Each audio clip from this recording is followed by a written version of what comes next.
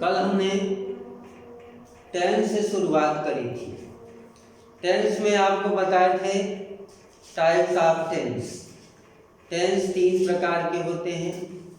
पहला आपको बताया था प्रेजेंट इंडेफिनिट टेंस, दूसरा पास्ट टेंस और तीसरा फ्यूचर टेंस। प्रेजेंट टेंस में हमने आपको 4 भाग बताए थे। पहला प्रेजेंट इंडेफिनिट टेंस, दूसरा प्रेजेंट कंटीन्यूअस टेंस, तीसरा प्रेजेंट परफेक्ट टेंस और चौथा present perfect continuous tense. 4 tense होते हैं और 4 टेंसों के 4 भाग और होते हैं। पहला प्रेजेंट इंडेफिनिट से हमने शुरुआत करी थी।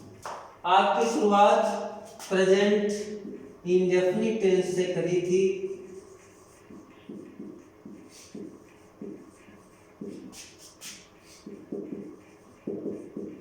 Present indefinite tense. Present indefinite tense के भी 4 भाग आपको बताए थे। प्रेजेंट इंडेफिनिट टेंस के 4 भाग। प्रेजेंट इंडेफिनिट टेंस में 4 प्रकार के सेंटेंस बनते हैं। पहला सिंपल सेंटेंस, दूसरा नेगेटिव सेंटेंस, तीसरा इंट्रोगेटिव सेंटेंस और चौथा इंट्रोगेटिव प्लस नेगेटिव सेंटेंस। तो प्रेजेंट इंडेफिनिट टेंस में 4 प्रकार के आपको बताए थे कि simple sentence, negative sentence, interrogative sentence और इंट्रोगेटिव प्लस नेगेटिव सेंटेंस। तो पहला आपको हमने सिंपल सेंटेंस बताया था।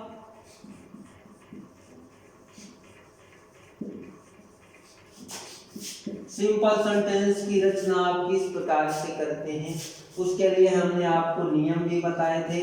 नियमों के आधार पे कल आपको होमवर्क के लिए 10 सेंटेंस भी दिए थे। मैं आशा करता हूं कि शायद आपने उन सेंटेंसों को बना लिया होगा, उन सेंटेंसों का अंग्रेजी में ट्रांसलेट कर लिया होगा।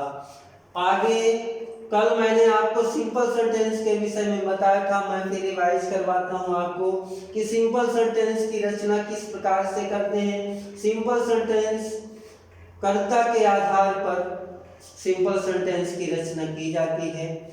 कर्ता यदि वाक्य का कर्ता यदि एक वचन सिंगुलर होता है तो वाक्य की क्रिया में यस या एस जोड़ते हैं।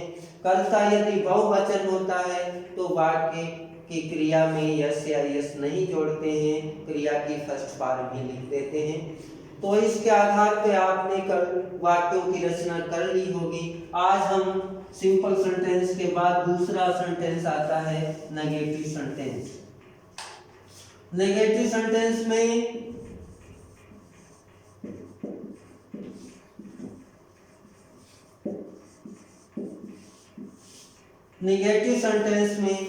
नेगेटिव सेंटेंस को हम किस प्रकार से बनाते हैं उसका सबसे पहले आपको रूल लिखवाता हूं।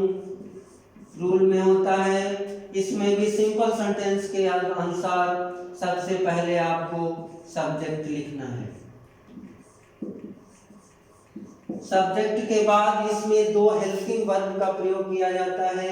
एक होती है डज और दूसरी डू।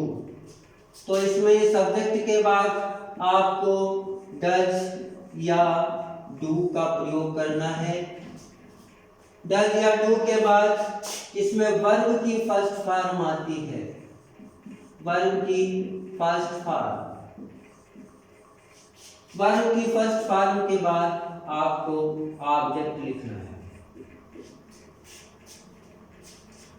सब्जेक्ट सिंगुलर है, सिंगुलर सब्जेक्ट ही सीट या नेम हो तब तो आपको डज का प्रयोग करना। और सब्जेक्ट यदि आपका plural I we you they में से कोई भी है तो आपको हेल्पिंग वर्ब डू का प्रयोग करना। सॉरी, ये नेगेटिव सेंटेंस है, इसमें आपको नॉट का प्रयोग भी करना है। नॉट के बाद फिर आप वर्ब की फर्स्ट फॉर्म लिखेंगे। उसके बाद आपको ऑब्जेक्ट लिखना है।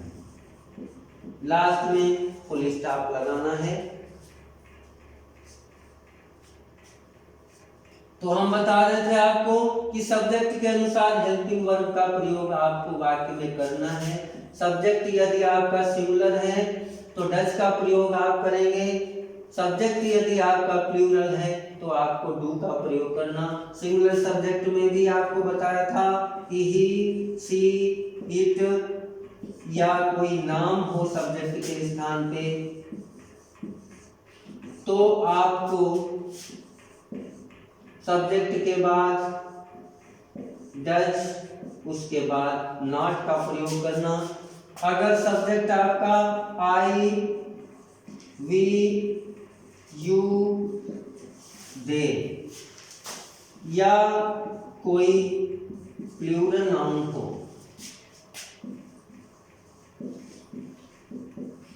तो आपको उसके साथ में डू नॉट का प्रयोग करना है। बाकी नियम आपका सिंपल सेंटेंस के अनुसार ही रहेगा, उसी के आधार पर वाक्य की संरचना करेंगे। अब जैसे वाक्य आपका दिया कि वो बाजार नहीं जाता है,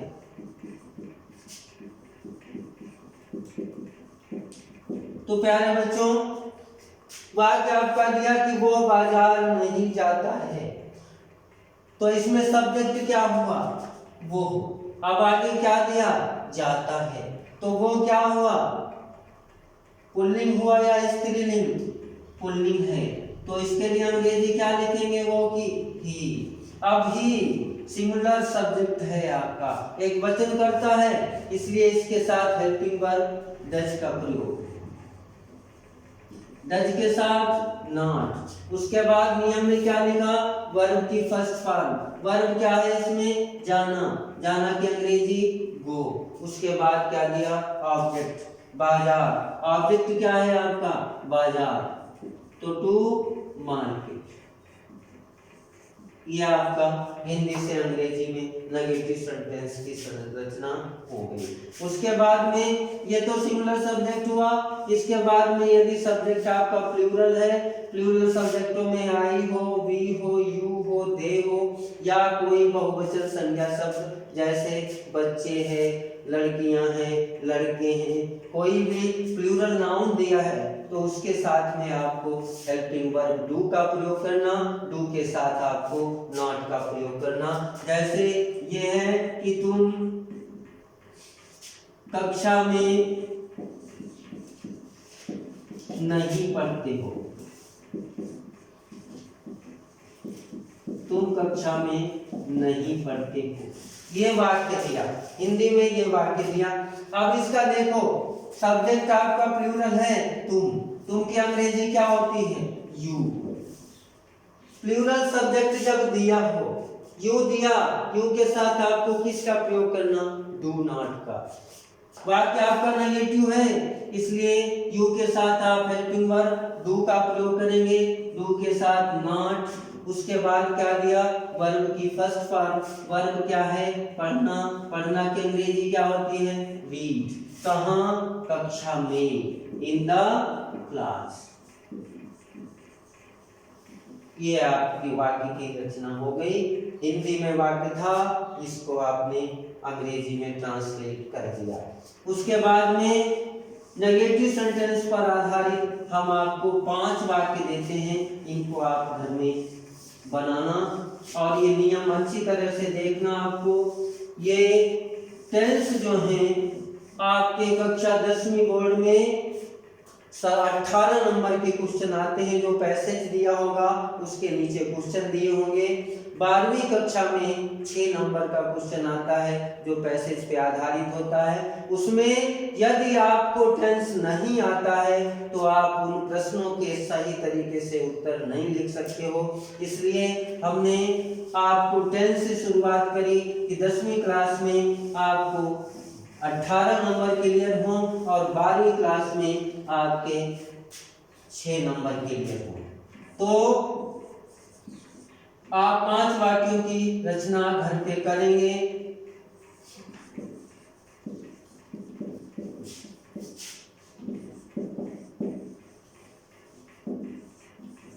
अब एक क्वेश्चन इसमें उठता है, मैंने यहाँ पे इनटू लिखा, मैं ये भी लिख सकता था ट्रांसलेट टू इंग्लिश, लेकिन यहाँ पे इनटू का प्रयोग मैंने क्यों किया? इनटू का प्रयोग इसलिए किया कि वो इनटू का प्रयोग जब होता है जब कोई गतिशील अवस्था में हो, कोई रूप परिवर्तन हो या स्थान परिवर्तन हो। गतिशील अवस्था को ही स्थान परिवर्तन बोलते हैं। हमने यहाँ पे इनटू का प्रयोग इसलिए किया। तो प्रीपोजिशन भी साथ में आपको सीखनी है। आप पहला वाक्य लिखेंगे, चपरासी घंटी नहीं बजाता है।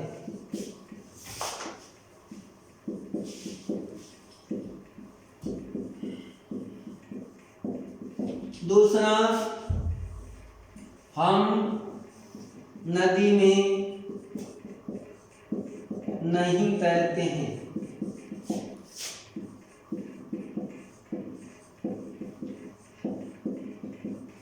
तीसरा वाक्य है, तुम मैदान में नहीं खेलते हो।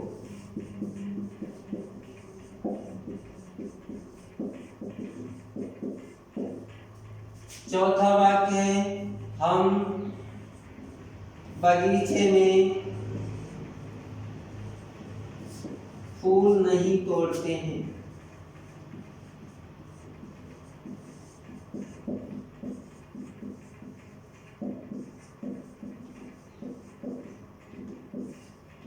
पांचवा वाक्य है, सीमा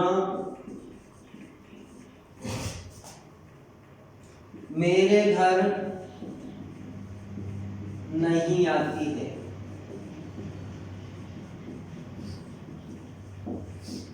ये 5 वाक्य आपको होमवर्क के रूप में करने हैं।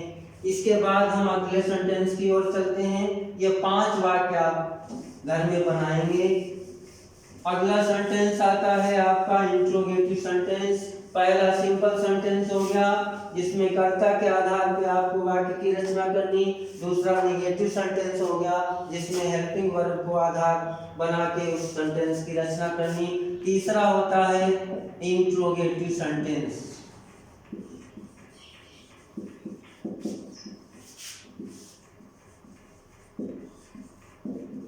इंट्रोगेटिव सेंटेंस, इसको हिंदी में हम बोलते हैं प्रश्नवाचक वाक्य। प्रश्नवाचक वाक्य बच्चों 2 प्रकार के होते हैं। पहला होता है जब प्रश्नवाचक शब्द, जब प्रश्नवाचक शब्द वाक्य के शुरू में हो।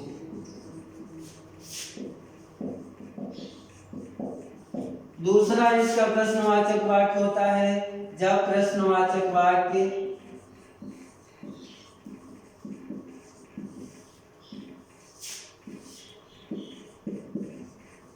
वाक्य के बीच में हो।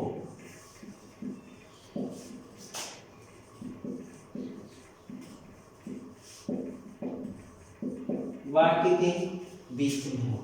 पहला प्रश्नवाचक वाक्य वो होता है जब प्रश्नवाचक शब्द वाक्य के शुरू में होता है।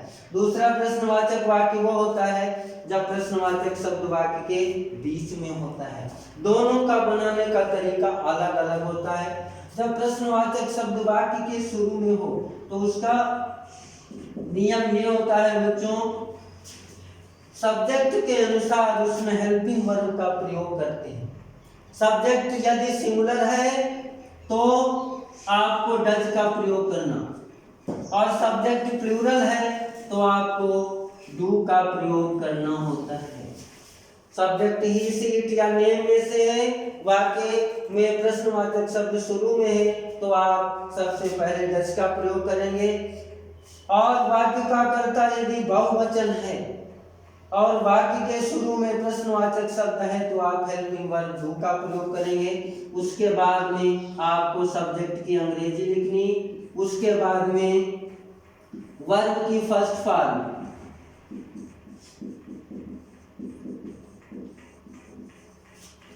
उसके बाद में आपको ऑब्जेक्ट लिखना और लास्ट में क्वेश्चन मार्क लगाना नहीं भूलना, क्योंकि यदि आप प्रश्नवाचक चिन्ह नहीं लगाओगे तो आपका वाक्य गलत होगा, क्योंकि वाक्य प्रश्नवाचक वाक्य है, इसलिए आपको प्रश्नवाचक चिन्ह लगाना जरूरी होगा।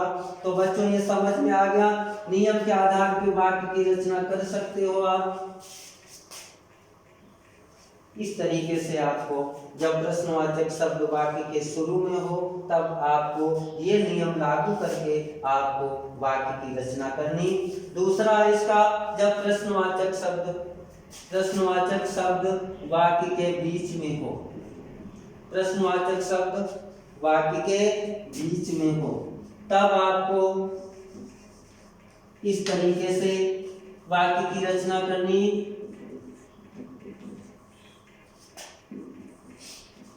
सबसे पहले जो प्रश्नवाचक शब्द वाक्य के बीच में होता है उस प्रश्नवाचक शब्द की अंग्रेजी आपको लिखनी होगी। इसको हम अंग्रेजी में WH वर्ड बोलते हैं, क्योंकि वो शब्द जो WH से शुरू होते हैं वो प्रश्नवाचक शब्द कहलाते हैं, उनको अंग्रेजी में हम WH वर्ड बोलते हैं। उसके बाद में आपको सब्जेक्ट के अनुसार डू या डज का प्रयोग करना है।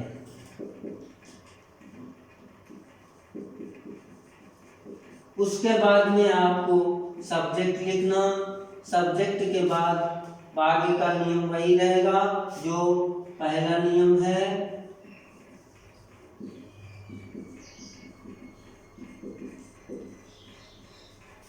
उसके बाद में आपको ऑब्जेक्ट लिखना, ऑब्जेक्ट के बाद में लास्ट में आपको क्वेश्चन मार्क। अब आपके मन में ये प्रश्न उठा होगा कि सिंपल सेंटेंस में हम क्रिया में यस या यस लगाते हैं सिंगुलर सब्जेक्ट के साथ में, और प्लूरल सब्जेक्ट में वर्ब फर्स्ट फॉर्म में लिखते हैं।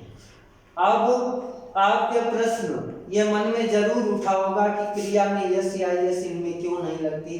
वो इसलिए नहीं लगती क्योंकि हेल्पिंग वर्ब के रूप में आप डू या डज का प्रयोग कर लेते हो, इसलिए क्रिया में यस या यस लगाना जरूरी नहीं होता है। तो प्यारे बच्चों, प्रश्नवाचक शब्द वाक्य के शुरू में हो तब इस नियम को लागू करके आपको वाक्य की रचना करनी। जब प्रश्नवाचक शब्द वाक्य के बीच में हो तो दूसरे नंबर का नियम आप उसमें लागू करेंगे और इस नियम को लागू करके उस वाक्य की रचना करनी है। तो ये दोनों नियम आप अच्छी तरह से स्टडी करना, उसके बाद में वाक्य की रचना करना। वाक्य मैं आपको बता रहा हूँ, प्रश्नवाचक शब्द वाक्य के शुरू में हो और प्रश्नवाचक शब्द वाक्य के बीच में हो। जैसे वाक्य दिया, प्रश्नवाचक शब्द जब वाक्य के शुरू में हो, जैसे क्या, बच्चे अंग्रेजी पढ़ते हैं। क्या बच्चे अंग्रेजी पढ़ते हैं। अब इसमें देखो बेटा, क्या प्रश्नवाचक शब्द वाक्य के शुरू में है, आगे सब्जेक्ट क्या दिया, बच्चे। तो आपका ये सब्जेक्ट जो दिया बच्चे, ये सिंगुलर है या प्लूरल है, एक वचन है या बहुवचन है। अब बच्चे बहुवचन है, इसलिए आप हेल्पिंग वर्ब क्या प्रयोग करेंगे, डू। उसके बाद में नियम में क्या लिखा, सबसे पहले हेल्पिंग वर्ब का प्रयोग कर लिया, उसके बाद में आपके नियम में लिखा है हेल्पिंग वर्ब के बाद में आपको सब्जेक्ट लिखना। सब्जेक्ट क्या है आपका वाक्य में, बच्चे, इसलिए बच्चे की अंग्रेजी आपको यहाँ लिखनी चिल्ड्रन, डू चिल्ड्रन। अब आगे वर्ब लिखनी है, वर्ब क्या है आपके वाक्य में, पढ़ना, पढ़ने की अंग्रेजी रीड। ऑब्जेक्ट क्या दिया, अंग्रेजी, अंग्रेजी इंग्लिश। लास्ट में आपको क्वेश्चन मार्क। जब प्रश्नवाचक शब्द वाक्य के शुरू में हो, नियम के आधार पर वाक्य की रचना हो गई। जब प्रश्नवाचक शब्द वाक्य के बीच में हो तब आपको कैसे वाक्य की रचना करनी। जैसे वाक्य दिया, माली बगीचे में फूल क्यों तोड़ता है।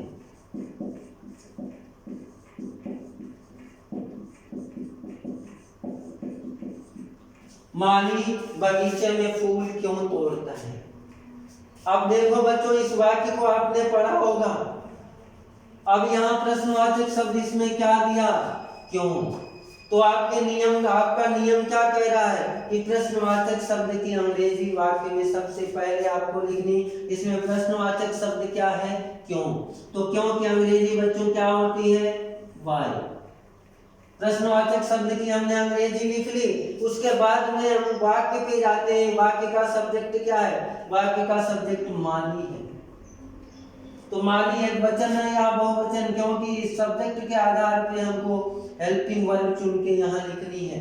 माली एक वचन है या बहुवचन, माली बेटा एक वचन होता है, इसलिए यहाँ पे हम हेल्पिंग वर्ब क्या प्रयोग करेंगे, डज। उसके बाद में नियम में लिखा है, हेल्पिंग वर्ब प्रयोग करने के बाद नियम में लिखा है कि सब्जेक्ट का प्रयोग करना। सब्जेक्ट क्या है, माली। माली की अंग्रेजी होती है गार्डनर। सब्जेक्ट हो गया। उसके बाद में आपको किसकी अंग्रेजी लिखनी, क्रिया। क्रिया क्या है, तोड़ना। तोड़ने की अंग्रेजी क्या होती है, प्लक। क्या तोड़ रहा है, फूल। फूल की अंग्रेजी फ्लावर्स। कहाँ, इन द गार्डन। और लास्ट में आपको क्वेश्चन मार्क लगाना। तो इस तरीके से प्यारे बच्चों, इस तरीके से आपको वाक्यों की रचना करनी। आपको सिंपल सेंटेंस बताया, नेगेटिव बताया, और ये है इंट्रोगेटिव। इसके बाद एक और आपका इसमें आता है जिसमें इंट्रोगेटिव वाक्य इंट्रोगेटिव भी होता है और नेगेटिव भी होता है। दोनों प्रकार के शब्द वाक्य में होते हैं। उस वाक्य को हम कैसे बनाते हैं, उस वाक्य को भी देख लो। प्रश्नवाचक interrogative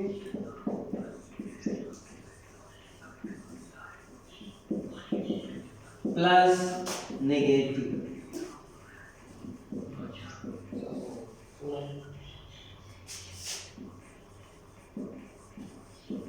interrogative plus negative sentence. Interrogative प्रश्नवाचक, नेगेटिव का मतलब नकारात्मक वाक्य। ऐसे वाक्य जिनमें प्रश्नवाचक शब्द भी होता है और नकारात्मक शब्द भी होता है, इन वाक्यों को हम कैसे बनाते हैं। इसमें भी दो प्रकार के होंगे। पहला जो प्रश्नवाचक शब्द वाक्य के शुरू में हो और नकारात्मक शब्द नहीं का भी प्रयोग हो। इसी में दूसरा टाइप जो हमने इससे पहले पढ़ा इंट्रोगेटिव सेंटेंस में, दूसरे टाइप का वाक्य प्रश्नवाचक शब्द वाक्य के बीच में होगा और उसमें नकारात्मक शब्द नहीं भी होगा। इस तरीके से इन वाक्यों को किस तरीके से बनाते हैं, तो पहला इसमें नियम होगा, जब प्रश्नवाचक शब्द वाक्य के शुरू में हो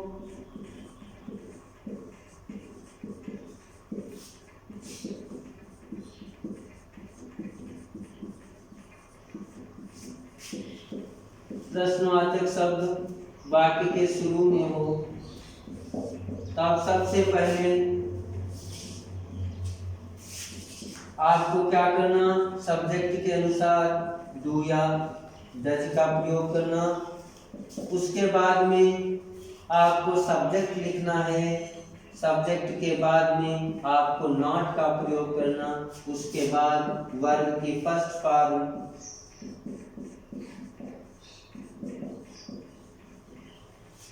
उसके बाद में ऑब्जेक्ट, लास्ट में आपको क्वेश्चन मार्क लगाना। दूसरा, जब प्रश्नवाचक शब्द वाक्य के बीच में हो तो वैसे जैसे पहला नियम था उसी नियम के अनुसार ये भी नियम लिखेंगे। WH वर्ड की अंग्रेजी,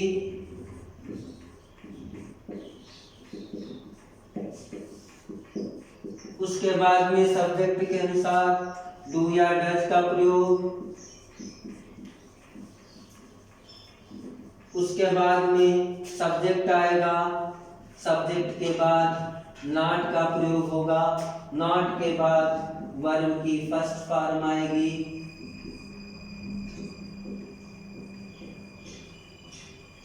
वर्ब के फर्स्ट फॉर्म के बाद आपका ऑब्जेक्ट आएगा, ऑब्जेक्ट के बाद लास्ट में आपका क्वेश्चन मार्क आएगा।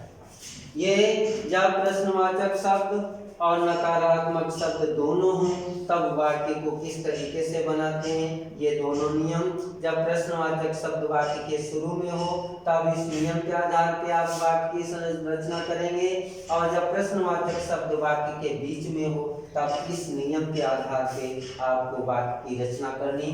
ये दोनों नियम आप अच्छी तरह से पढ़ना और उसके बाद आप वाक्य की रचना करना। वाक्य हम दे रहे हैं उनको लिखो और इन नियमों के आधार पे ही आप वाक्यों की रचना करेंगे। आज हम आपको मिक्स देंगे, कल सिंपल सेंटेंस पढ़ाया था, आज नेगेटिव पढ़ाया, इंट्रोगेटिव पढ़ाया, इंट्रोगेटिव प्लस नेगेटिव, 4 प्रकार के वाक्य आपको पढ़ाए। हम आपको मिक्स सेंटेंस देंगे और अच्छी तरह से हेल्पिंग वर्ब का प्रयोग करके वाक्य को बनाना। पहला वाक्य,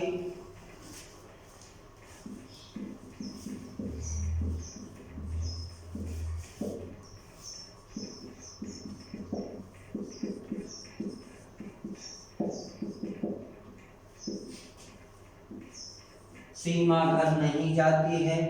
दूसरा, तुम बाजार से सब्जी क्यों लाते हो।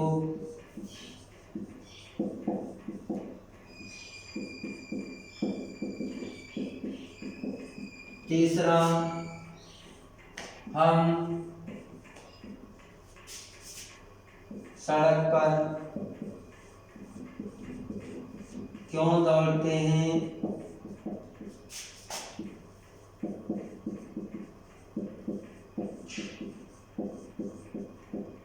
हम सड़क पर क्यों दौड़ते हैं। चौथा, क्या अध्यापक बच्चों को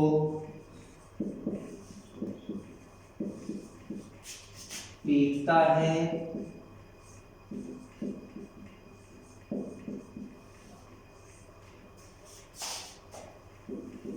सुमन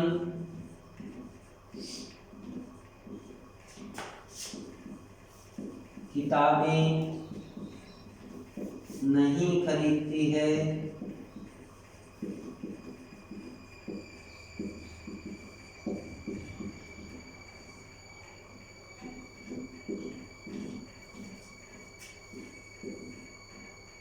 हम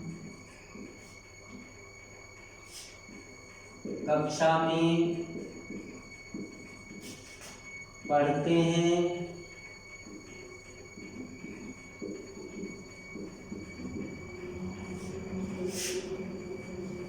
वह पतंग उड़ाती है।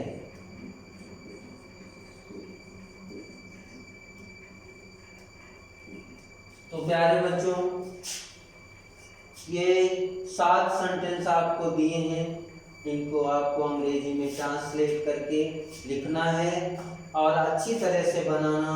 नियमों के आधार पे प्रत्येक सेंटेंस का नियम आपको लिखाया है मैंने, और इन नियमों के आधार पे ही आप वाक्य की रचना करते चले जाएंगे।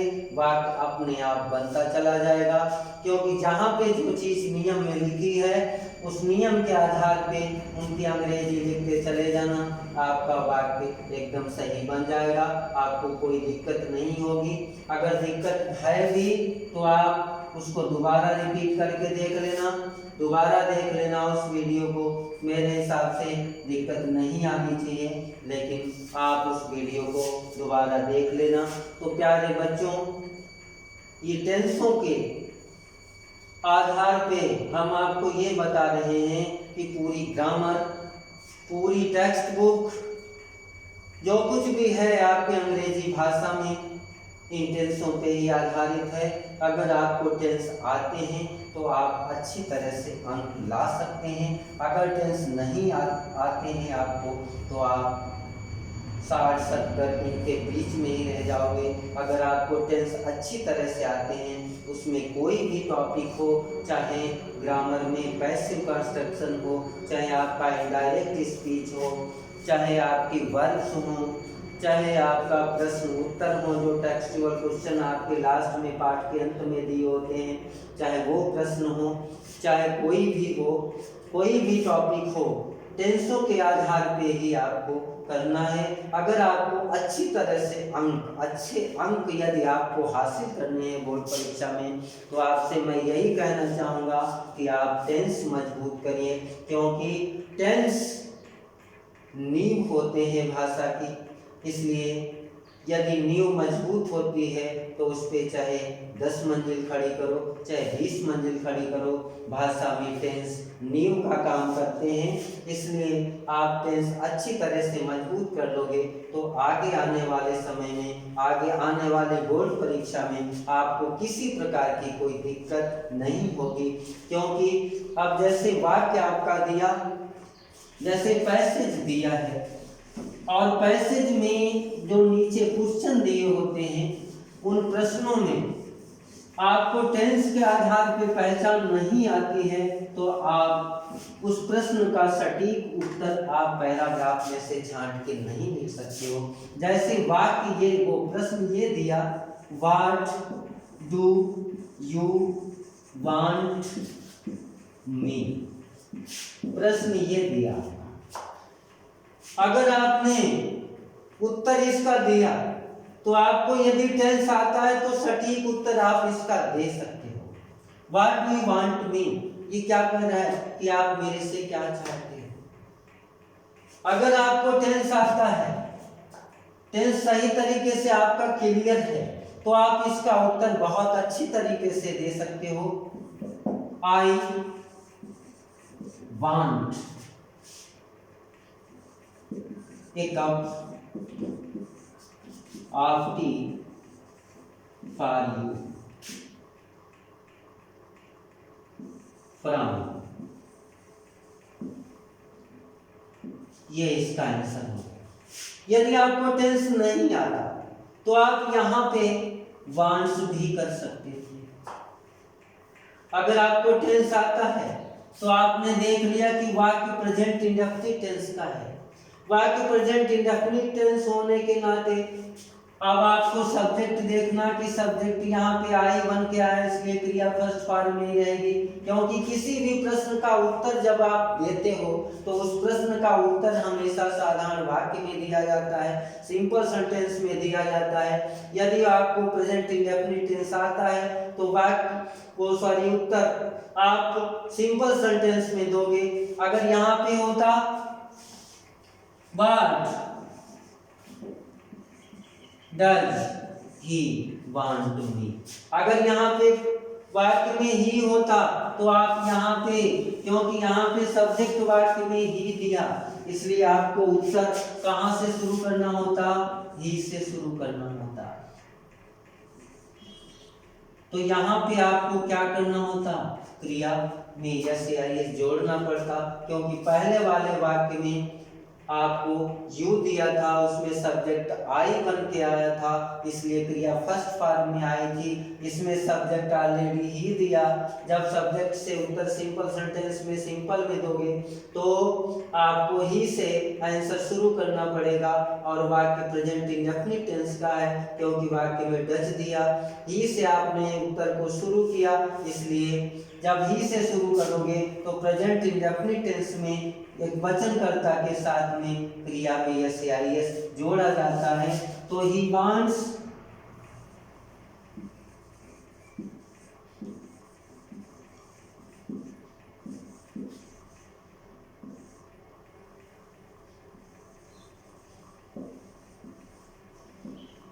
ये इसका आंसर बन गया।